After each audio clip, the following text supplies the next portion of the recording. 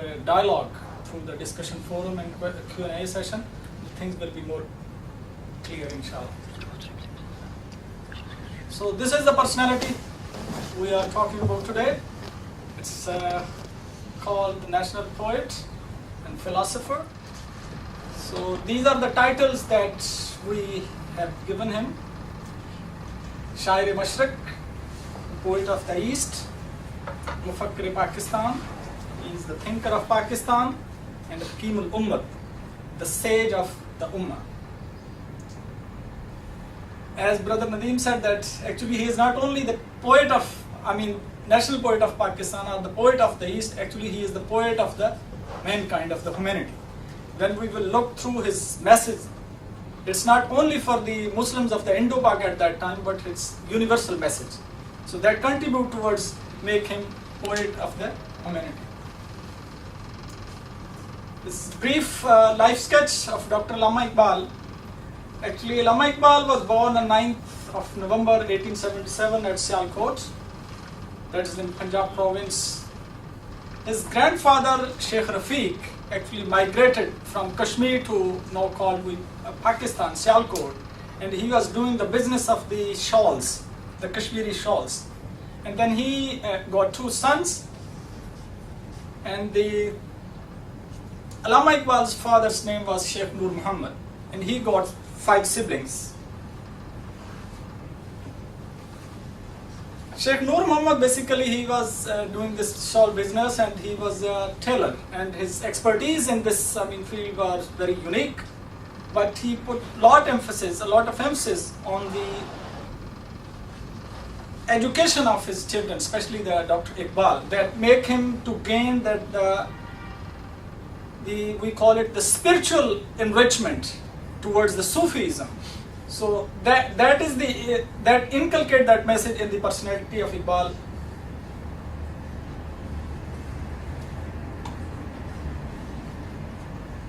Allama Iqbal got his basic education in Sialkot, that's called Scotch Mission College, and later on he went to Government College Lahore, where he studied Bachelor of Arts, having the subjects of philosophy, English literature, and Arabic.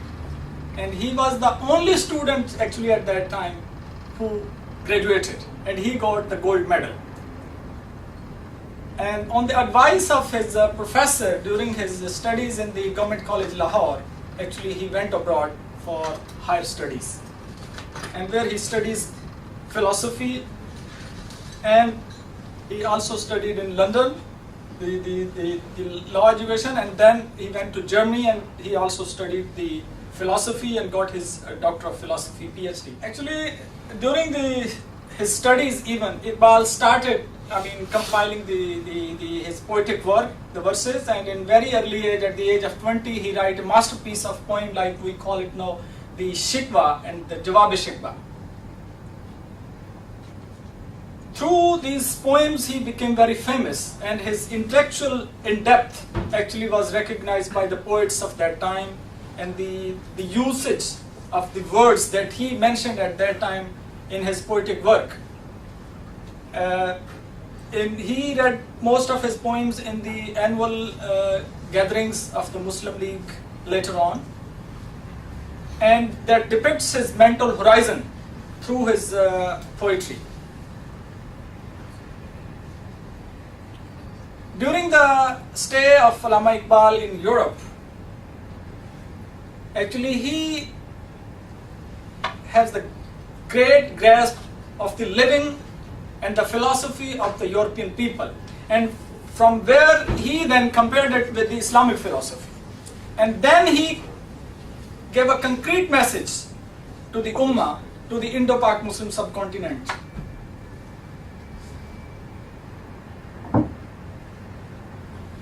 Actually, when Iqbal was in Europe, it was that first time when he went into politics. It was the formation of the All India Muslim League in 1906. Iqbal at that time was elected actually the executive committee of the League's British chapter. Together with 2 other leaders, Sayyid Hassan Bilgrami and Sayyid Amir Ali, he also sat on the subcommittee which drafted the Muslim League, actually the constitution.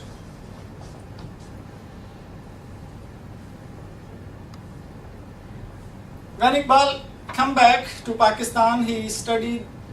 He continued his profession as a lawyer, law practice. But he was not that much interested in doing his law practice. He was more interested to have a freedom to work on his literature work that he has inbuilt in his personality. But to make living, then he continued his law practice, and also he taught in government college where he studied before. So he continued to teaching and also to work on his intellectual work during his professorship till 1909. Iqbal, as I told, he continued his law practice as well as he was a professor in the government college Lahore, and also he worked on his spiritual development. That is, he continued through his work.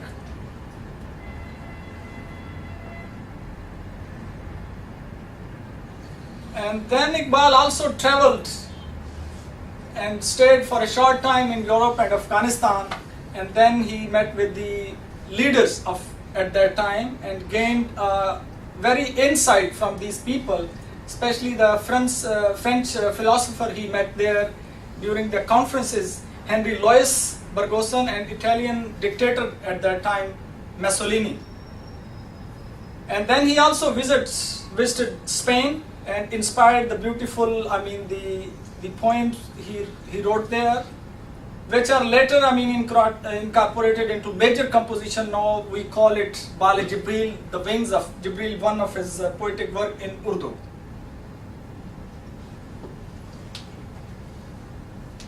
Now I would just like to, one of the poems that he wrote during his stay in Spain, that mentioned, in the West, intellect is the source of life. In the East, love is the basis of life. Through love, intellect grows acquainted with reality, and intellect gives stability to the work of love. Arise and lay the foundations of a new world by wedding intellect to love. How we look Iqbal as a visionary personality? Iqbal actually joined the London branch of the All India Muslim League even when he was studying there. And it was in London when he had a mystical experience. And Iqbal mentioned in one of his poems, and one of his stanza goes like this: "Na chhoote mujhse London mein bhi aadab sahar khezi." Mean, even when he was in London, to wake up early in the morning for his dawn prayer that we call tahajjud, not the fajr prayer that is obligatory, but tahajjud, before the fajr prayer, he never missed that, even during his stay in London. And one of his, another poem Iqbal says, I would like to read that, poem too, just stanzas from that, and later I will explain. He said that, कि राजी हो गजाली हो कुछ हाथ नहीं आता, रूमी हो राजी हो गजाली हो कुछ हाथ नहीं आता बेआहे सहर गाहे. He actually mentioning here 4 great personalities of the history: Imam Razi, Imam Ghazali, and then Jalaluddin Rumi and Attar. He said all these 4 great personalities could have never achieved that kind of level of intellect or insight because of waking up early in the morning. Because at that time your connection with the God, with Allah, is very strong. So if you wake up early in the morning and you never missed the Fajr prayer, and even before that the dawn prayer, that is namaz, the Salatul Tahajjud, that even mentioned in the Quran about the Holy Prophet, when Allah says in the Suratul Muzammil, Ya ayyuhal muzammil kumil layla illa qalilan nisfahu avinkus minhu qalilan aw zid alayhi warattilul Qur'ana tartila. These 2 things that we see in the life of Iqbal is one, that's to wake up early in the morning, and his great connection, a relationship towards Quran. And then Iqbal at that time also attended the second roundtable conference that was held in London in 1931, and where Iqbal actually, this was that he advised there. I advise you to guard against atheism and materialism. This is the message that Iqbal gave at that time. The biggest blunder made by Europe was the separation of church and state. He said that just the religion is just only in the mosque. Stick to that. In your personal life, the religion has nothing to do. But that is the wrong concept. That Iqbal actually emphasized on this. Because in Islam, it's a coherence. It's an organic whole. We call it, it's a namiyati wahdat. It's an organic whole. Because if God is not great only in the mosque, He is great in the court. He is great in your educational system. All of your things go under the guidance of the Quran and the Sunnah. It doesn't mean, okay, we just follow and pray only in the masjid, but has nothing to do with our political system, with our judicial system, with our economy, with our education system. Otherwise, that what the Lord Macaulay did actually in the educational reforms when he did, at that time then he made one sentence like that. We will actually, he said, we have created a nation like that. What it would be?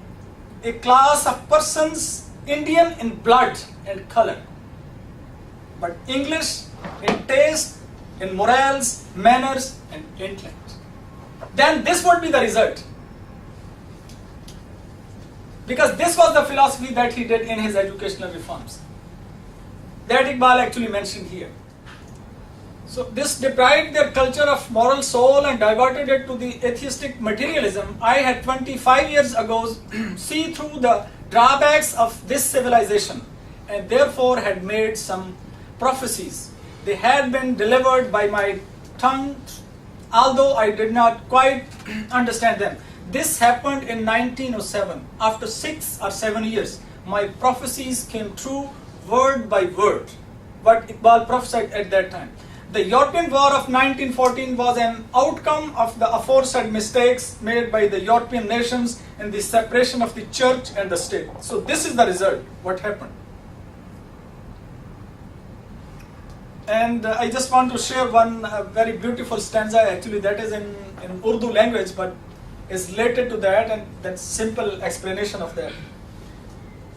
About the religion, Iqbal said, अपनी मिल्लत पर, professor साहब, अपनी मिल्लत पर कयास अक़वाम मगरिब से न कर, खास है तरकीब में कौम रसूल हाशमी, उनकी जमीयत का है मुल्क व नसब पर इन्हिसार, कुव्वत मजहब से मुस्तहकम है जमीयत तेरी, दामने दी हाथ से देके, दामने दी हाथ से छूटा तो जमीयत कहाँ, और जमीयत हुई रुखसत तो मिल्लत भी गई. So this is their nationalism and our nationalism, our nations, they based on what? It's entirely different. And Iqbal and something about the politics. Actually Iqbal, that is actually, we call it that Iqbal considered to be that he gave the idea of Pakistan. So these, what he said actually in that, I mean December 1930, the Muslim League, I mean the meeting. I would like to see the Punjab, North, West frontier provinces, Sindh and Balochistan into a single state, self-government within the British Empire or without the British Empire. The formation of the consolidated Northwest Indian Muslim state appears to be final destiny of the Muslims, at least of the Northwest India. And this actually after, 1931, then in 1933, Iqbal again actually rejoined Jawaharlal Nehru's statement, and Nehru said the attitude of the Muslim delegation was based on reactionarism. Iqbal concludes like this. In conclusion, I must put a straight question to Punadi Jawaharlal, how is India's problem to be solved if the majority community will neither concede the minimum safeguard necessary for the protection of a minority of 80 million people, nor accept the award of a third party, but continue to talk of a kind of nationalism which works out only to its benefit. This position can admit of only two alternatives. The one, either the Indian majority community will have to accept for itself the permanent position of an agent of British imperialism in the East, or the country will have to be redistributed as the basis of religious, historical and cultural affinities so as to do away with the question of electorates and the communal problem in the present form. And this is the poet of, national poet of Pakistan and the founder of Pakistan, their relationship, how he see Quaid-e-Azam. And Quaid said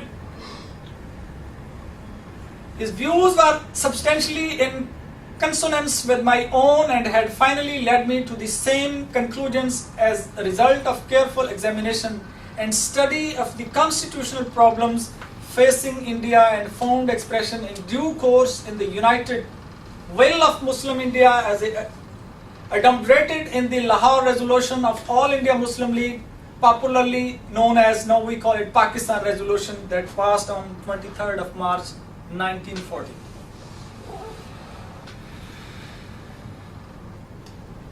When Iqbal thought that Quaid-e-Azam is the only personality who could lead the Muslims in the subcontinent, then he wrote Quaid-e-Azam like this: I know you are a very busy man, but I do hope you wouldn't mind my writing to you often, as you are the only Muslim in India today to whom the community has right to look up for safe guidance through the storm which is coming to northwest India and perhaps to the whole of India.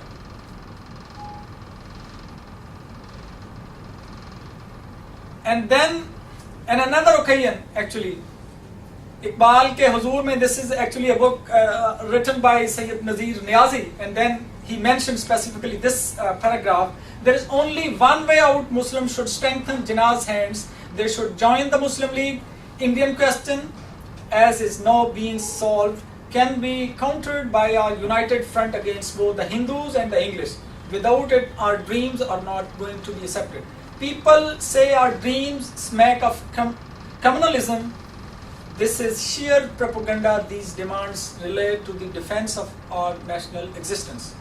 The United Front can be formed under the leadership of the Muslim League, and the Muslim League can succeed only on account of Jinnah. No, none but Jinnah is capable of leading the Muslim. That's what Iqbal said about the founder of Pakistan. And then little bit about Iqbal and the Pakistan movement. There is one of the saying of the Holy Prophet: beware of the foresight of the believer, being ittaqu farasatil mu'min. Our Arabic brother is here, brother Nahir. Actually, this is the hadith, this is the saying of the Holy Prophet: ittaqu farasatul mu'min. Because he sees with the divine light. And through it was Iqbal that he thought that this Jinnah is the only personality that who could lead the Indo-Pak Muslims at that time. And then some of the, I cannot even, you take one aspect of Iqbal's poetry or his prose work, you cannot do justice within just 10-20 minutes. But I just give the names of those, of his poetic work and prose work that Iqbal have actually done. These are the books, written by Iqbal and in prose form. The development of metaphysics in Persia. Actually, this is his PhD thesis. And then he wrote about the reconstruction of religious thought in Islam. This book actually has been translated in many languages. Even in, it has been translated in Persian and Urdu, but I would suggest you better go for its English translation, because even its Urdu translation goes like this: the reconstruction of religious thought in Islam, and Urdu translation is Tashkeel-e Jadeed Ilahiyat Islamiyya. That would be more difficult rather than English, and then you have again look up in the Urdu dictionary to find the words how it has been translated.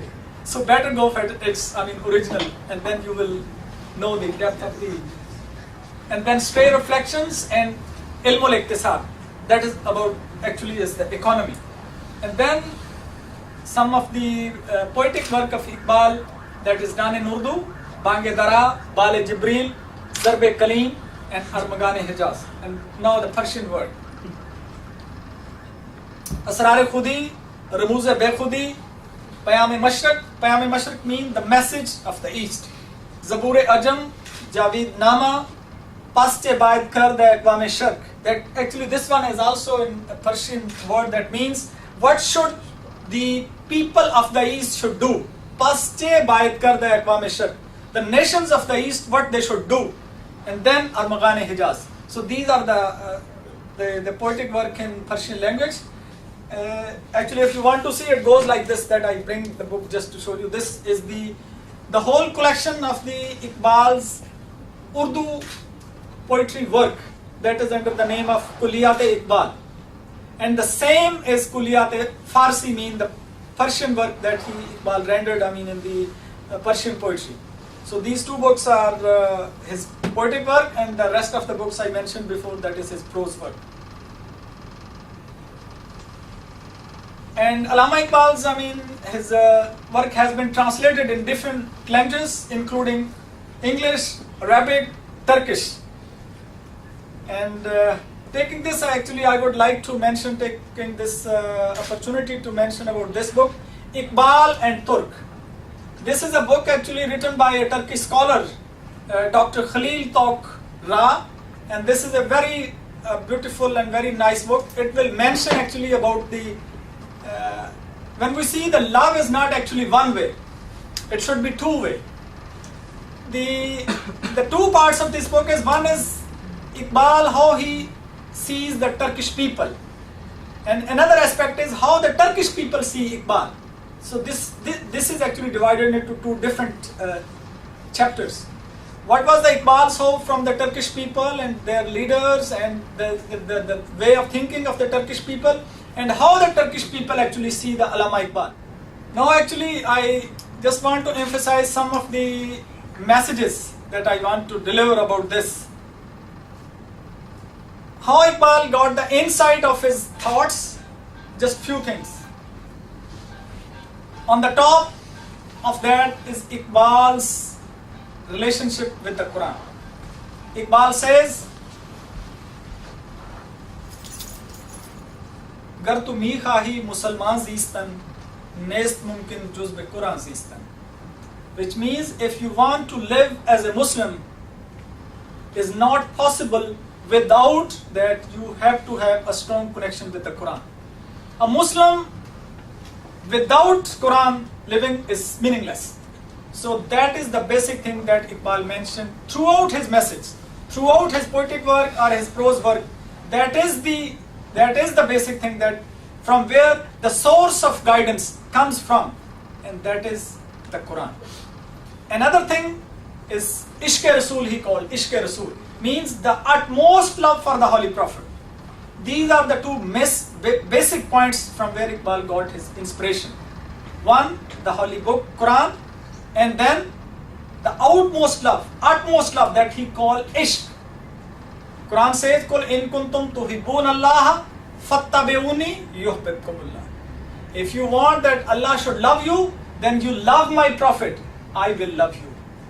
And then Hubbal lillah, ashaddu hubbal lillah. It's not only love, it's utmost love that called Ishq. Iqbal gave it a name Ishq. And then another thing that Iqbal actually, that even he mentioned in his book that I mentioned, the reconstruction of religious thought in Islam. The door of ijtihad, tashkil-e-jadid, mean the revivalism, the renaissance of the Muslim and Islam.